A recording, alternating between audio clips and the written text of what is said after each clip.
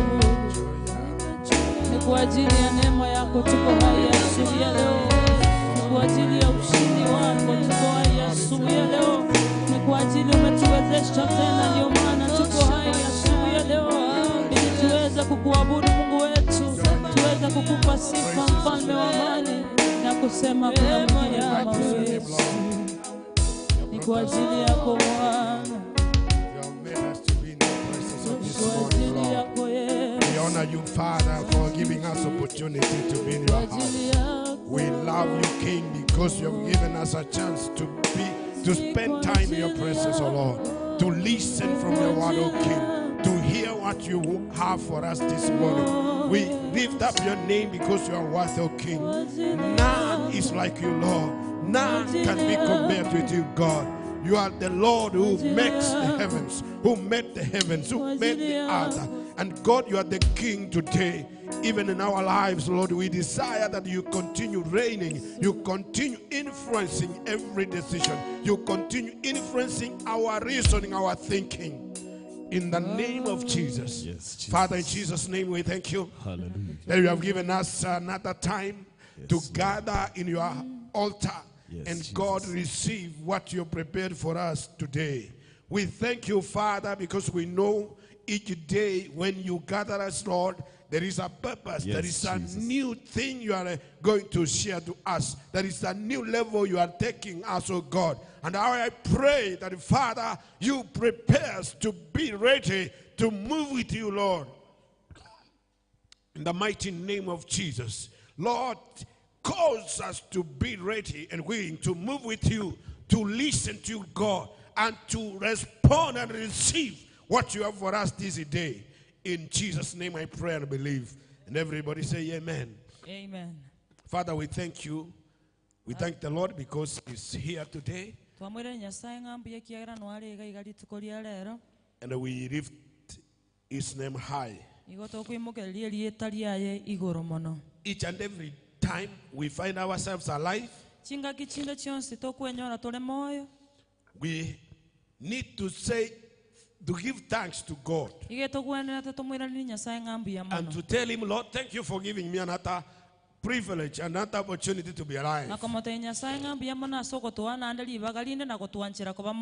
And even when we find ourselves in good health, we need to shout and praise and worship this great God. Can we clap to this great God this morning once again? Let's appreciate even Sister Judy for being prompt and seeing the gap. She rose up and has met that gap. Amen. Have we appreciated that really?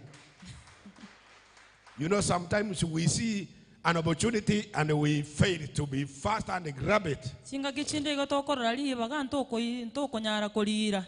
But when we take any small opportunity God has created, we receive. It is never in vain. We receive God's blessings. So today I want to welcome you all to the house of the Father.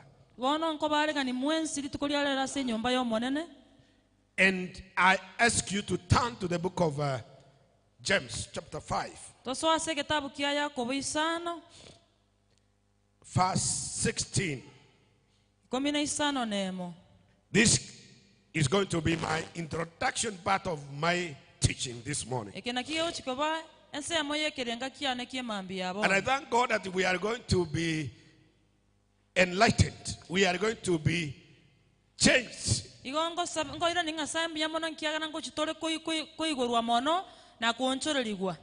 And the Bible says in James 5 verse 16, confess your faults one to another and pray one for another, that you may be healed. The effective, fervent prayer of a righteous person availeth much. Bibilia tabanga orokerania ebibe byeino inua se inwe na gosabirana monyore ukwege nigwa ogosaba kwa monyene oboronge nigokore nengenche nene mono gokorasa bwe n'omokia. Availeth much. Nigo You see, I am not getting what the English word is bringing out. That the fervent, the prayer of a righteous man, effective and a fervent prayer of a righteous person, availeth much. Nigaro yomokia. Yani gakoleta akobaye ngencho. Akolete bintebing amangana amachibu amange. Igakoleta machibu amange. What was the he saying? Igakotebanga okosaba kuomanye n'oboronge nigokole n'engenche enene mono gokora asabwe n'omokia. Yes. It availeth much. Igokoleta amange.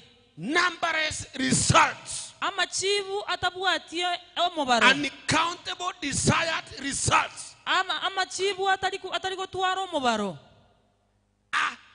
Numberless. Atalibuatie okobara omobaro taiyo. Desired result. Numberless desired results. Okogania